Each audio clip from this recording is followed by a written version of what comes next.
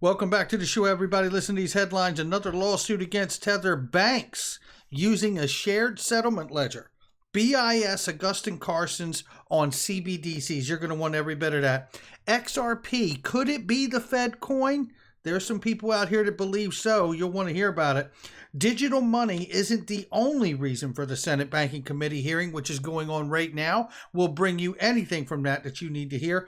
Project Jura and Benoit Coyer from the BIS Innovation Hub with some important remarks and comments and a follow-up question about systemically important protocols. This is getting really good, ladies and gentlemen. Somebody roll that beautiful intro. This is Digital Perspectives with Brad Kimes. Subscribe for new content notifications. Now, here's Brad Kimes. Come on in. Welcome back to the show. You can follow me on Twitter at @BackupBradleyAbove and everything that we're talking about here today. Give us a follow on Facebook as well. Digital Perspectives News, no spaces. And don't forget to sign up for the email letter. We're going to be putting some more of that stuff out for you guys. There's going to be some great information that's exclusive content only if you belong to the email letter. All of that stuff is in the description box and comment section. Right now, $2.138 trillion market cap for crypto. We see Bitcoin at 46,900 plus. Ethereum slumping now to 3,700 right now, almost 3,800. Solana coming in at $157 and change, and we see Cardano is at $1.23.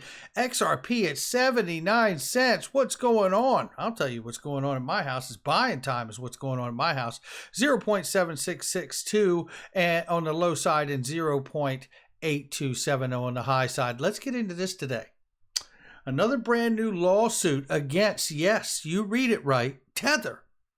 They just can't seem to get out of the crosshairs, whether it's a personal suit, civil suit, class action, or the New York State attorney. Where does this end with Tether? Well, I'll tell you.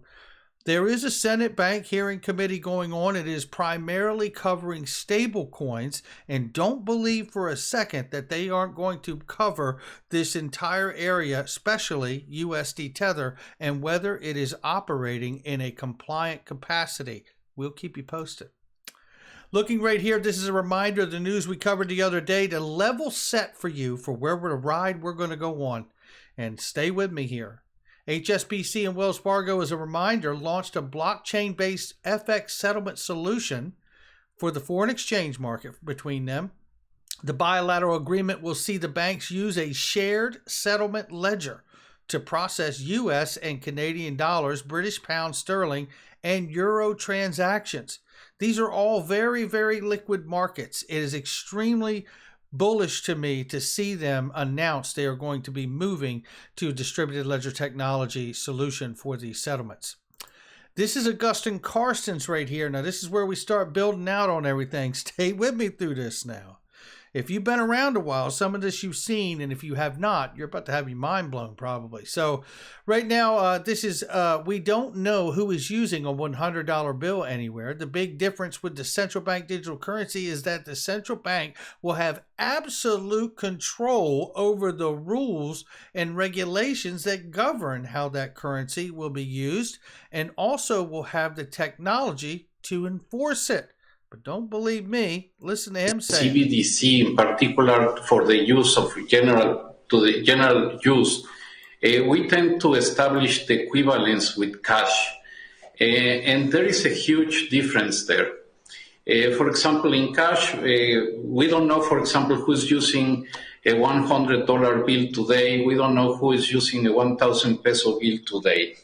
A key difference with the CBDC is that central bank will have absolute control on the rules and regulations that will determine the use of that expression of central bank liability.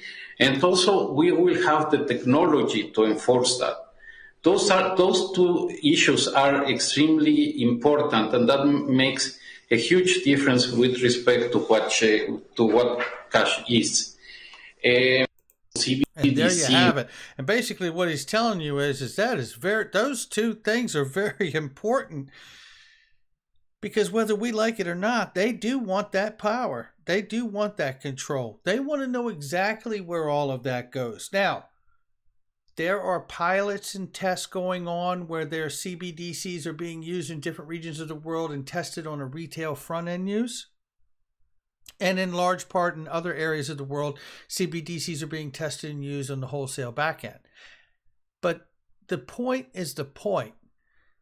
Once they gravitate to this CBDC digital world, they will be able to know who received it and what they do with it from there. Now, whether you like it or not, that's where it's going. Now, I don't know how many of you remember this. If you've been in this space for a while, R3 put out a report, central bank issued cryptocurrency Fedcoin. Through this report, there is a section in here where it covers Bitcoin being used or XRP being used. And I want to take you here to the understanding, and part of this was referenced through David Andolfado, who is an economist and also works, I believe, still to this day, present day, at the St. Louis Federal Reserve. And again, they discussed the idea of Ripple and XRP, the native token, being used for a Fedcoin here. If the public wants less Fedcoin, the process works in reverse. Well, let's start here. Because this was the end of them discussing and comparing Bitcoin. Now, we all know that Bitcoin is a public ledger, right? Well, that isn't going to happen. And that's why I'm not showing you the one about Bitcoin and the breakdown about Bitcoin is because of this. And let me take you to here because I believe I have it right here for you. And I may or may not. Well, you know what? It's not important. I had a lady from the Fed who was sitting on a panel with David Andolfado, and she said, we're not going to be using a public ledger. It would be a private ledger if we used one. And we all know that Ripple does, in fact, have a private ledger for central bank digital currency launch or use, and they're already launching some off of it. So we know this. Now, as an alternative, and this report is from, I think it was 2015 or 2017, excuse me.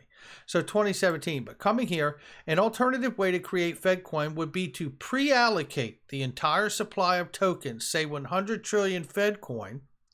This block would immediately be awarded to the central bank to be held in reserve until they are required. Ripple set the precedent for 100% pre-allocation at its inception when it was OpenCoin. The entire 100 billion supply of XRP, Ripple's native token, was created outright, much of it retained by Ripple Labs, while the rest was auctioned off or given away, which was pre-contractually awarded or pre-allocated to other entities.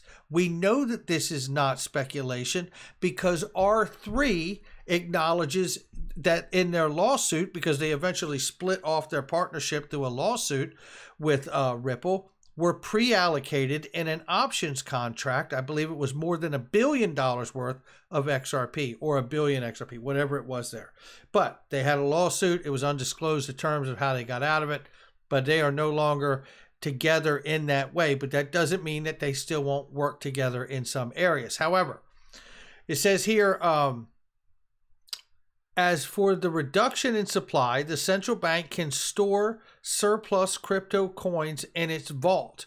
So it could store the XRP in its vault as much as it does with deposited banknotes, right?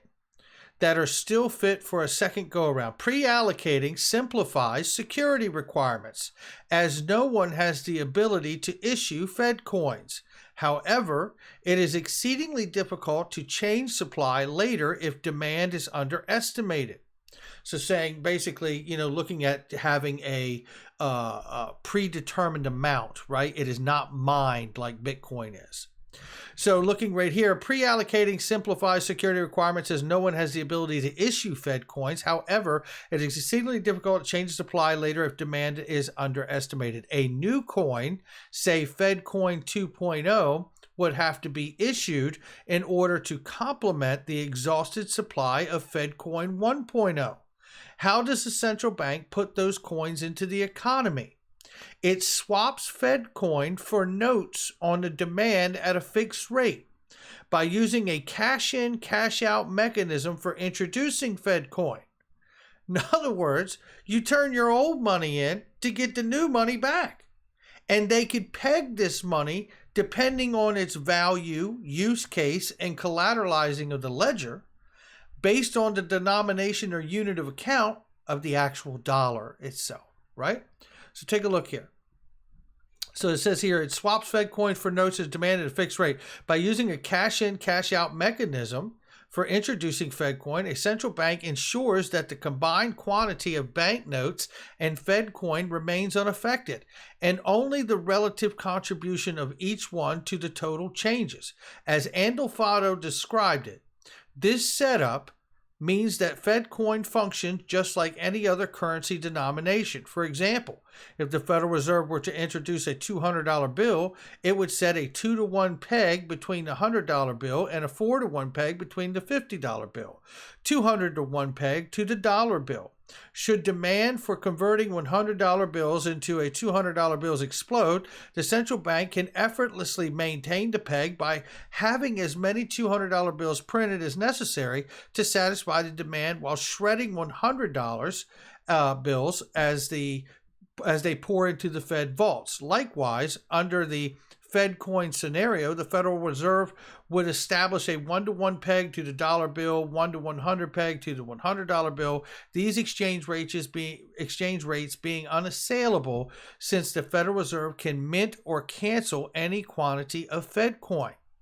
Nor would there be any reason about the effect of either the $200 bill or the Fedcoin on monetary policy. A central bank's denomination structure, the spacing it chooses to set between its various denomination of banknotes, is irrelevant to maintenance of any inflation target. Thus, we arrive at a stable crypto coin without compromising the central bank's ability to follow the independent monetary policy.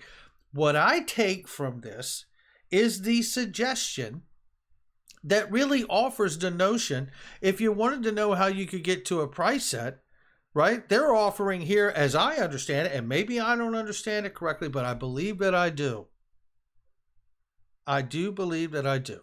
And when I look at this, that the Fed could literally, like we've talked about, a forced buyback, and then could peg to whatever denomination of the US dollar for unit of account to represent the value of the said token. And as someone brings in the cash equivalent and turns it in, they could be issued the Fedcoin/XRP in return. That's what I see here. Now, what's interesting about this is 2017. It doesn't mean they're going to do it, but we have discussed the idea about a Treasury or Federal Reserve buyback, forced buyback. And what do we know about the way Ripple is set up with the pre-allocated XRP from OpenCoin to Ripple? It is in a cryptographically auto-locked escrow account. That's what we know. And we are in the middle of a court case, which is a legal battle, but also, I believe, most importantly, a vetting process to ensure that XRP will be used and effective as money. And if it is, wouldn't it be, and wouldn't it make sense that the U.S. Treasury and the Fed would want some of this money? How do we know that they don't have some already? The Federal Reserve Faster Payments Task Force has been working with Ripple at least since 2017. These things are questions that are not to be an alarmist. They're not to be a hypist. They cannot be completely answered, and they cannot certainly be dismissed at this point.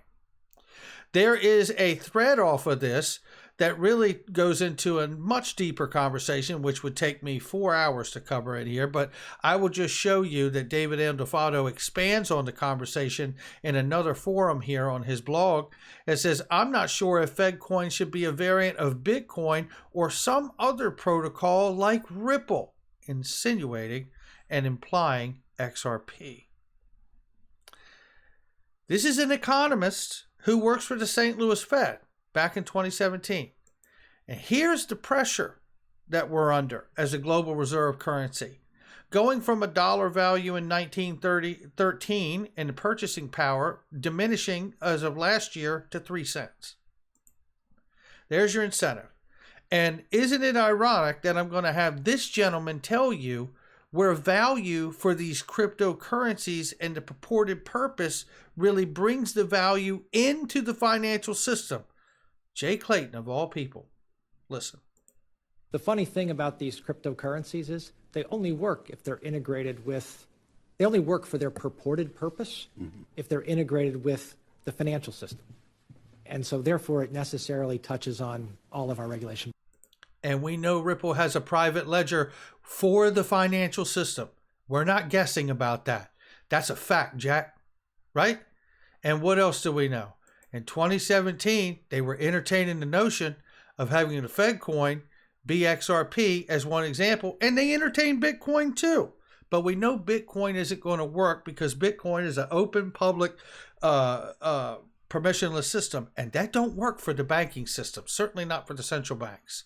So moving on, let's take a look at this. We do have the Senate banking hearing today, which is dealing first off with stablecoins. Why?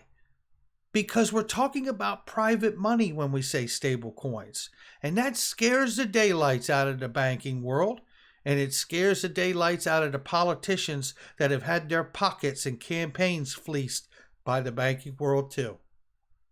Let's take a look here. Benoit Coyer, they're moving forward with cross-border settlement with wholesale CBDC. Jura explores the direct transfers of euro and Swiss franc. We've covered this, but listen to him talk about it. Is done globally by the central banking community. There are some CBDC projects are DLT based, some are not DLT based, and there are lessons to be learned from that. But this particular project is on a DLT, and it's about extracting the best from the capabilities of the DLT architecture to build a CBDC architecture that suits the need of central banks. And let me illustrate in two ways. First is about governance.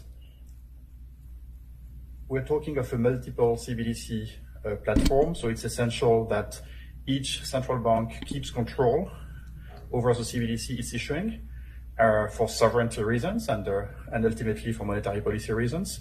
I just told you, all of this is about control, keeping the sovereignty of their money. Where have you heard this before? We highlight these facts all the time on this channel. Now, Benoit Coyer from the BIS Innovation Hub is telling you to your faces. And here we're able to build on the capabilities of this particular DLT solution by providing each central bank with notary notes, which allows them to keep control over the... Yeah, these notes, huh? These notes. How about Gary Gensler and Hester Peirce when they say it's not just about the Howey test, it's also about when something is a note. Benoit Coyer is telling you here, in order for everyone to keep their sovereignty over their money and be on this DLT system, this shared settlement system, and to work in a jurisdictionless manner where everyone keeps their control and relevancy over their money and their banking. They're using a note of a sort. Their CBDC and with a dual notary capability, which allows to exchange CBDCs against one another in a way that is controlled. So we're really extracting the best from this DLT structure to allow for multiple CBDC in a way that that protects the sovereignty of each central bank of issue. And another example, it's about the asset side of this project. This is one of the key features of this project is that it's not only about exchanging cash, it's also exchanging an asset, a digital asset against cash. And so there is, in technical terms, there is a DVP side to the project, delivery versus payment. And here also we're able to study in depth how this DVP leg of the transaction can be executed on a DLT. So it's really about having a deep dive into DLT capabilities to see how much they can serve central bank needs. And there you have it right there. That's from Benoit Coyer and the BIS Innovation Hub. Everything they're doing is about keeping everyone confident that they won't lose their sovereignty of their currency or their nation or control of their banking power. Don't believe it, it's still true. Later in that same conference, I want you to listen to the question that's asked here at the end of this conference and listen to what it comes up here about these protocols being used and it going so well that they be collateralized really quickly, and how that could make these protocols systemically important, they say. The point from the role of central bank, the question is really, first you start with also what Sylvie said, innovation comes from the private sector. If DLT platforms are going to emerge and prove performing effective, efficient, safe, and so they start to gain a certain scale, then the question comes, how do you put money on those platforms, or do you even put money? As I mentioned, we did an exercise where we didn't even put money on the platform, but we allowed a transfer. So the question is, once they become important, how do you put money, and what is the role of central bank money into that environment? I mean, that's really important, that for us it's to be ready in case this technology takes off and turns out to be systemic. How should central banks be ready to ensure the safety and resilience and stability of the system going forward? There you have it. She's not worried if it doesn't work. She's asking the question if this works and takes off in a really positive way, because they all know they've been doing pilots and testing for many, many years now. They're not doing this because they're not going to do it. They're not holding conferences on this because it's not going to happen. They're now asking the questions, Andrea, is, what do we do when this thing works so good and everyone moves to collateralize the ledger like we have talked about so often on this channel, right here, putting up a certain amount of their Nostro accounts and other assets and collateralizing them after they've been digitized and tokenized and represented on the ledger? And what do we do when it takes off so fast that it becomes systemic? How do we protect ourselves, she's asking, right? Well, I'll tell you how, because we talked about this too. You have the FSOC here in the United States and OFAC come in, and they deem these things systemically important. That's what happens, right? These things become systemically important financial market utilities and infrastructure. Because what do we know? There's been so many cyber attacks of late, and they still continue. As of yesterday or the day before, Canada shut down 4,000 government sites because of the vulnerability of ransom attacks and cyber attacks that are taking place right now as we speak. And if they move to this system, I'm telling you, these protocols are not just moving emails. They're moving and settling value damn near instantly. And they will need to be systemically important when that moment comes. Don't believe it. It's still true. That's going to do it for me. Make sure you hit the like, subscribe, leave a comment below, everybody. This is what we're talking about, collateralizing the ledger and the protocols. And they will become systemic once they do. And the BIS and the attendees at that conference are now asking the question, when this works so well, what do we do then? Make sure you hit the like and subscribe, leave a comment below, share with somebody you know. It's coming faster than you think. I'll catch all of you on the next one.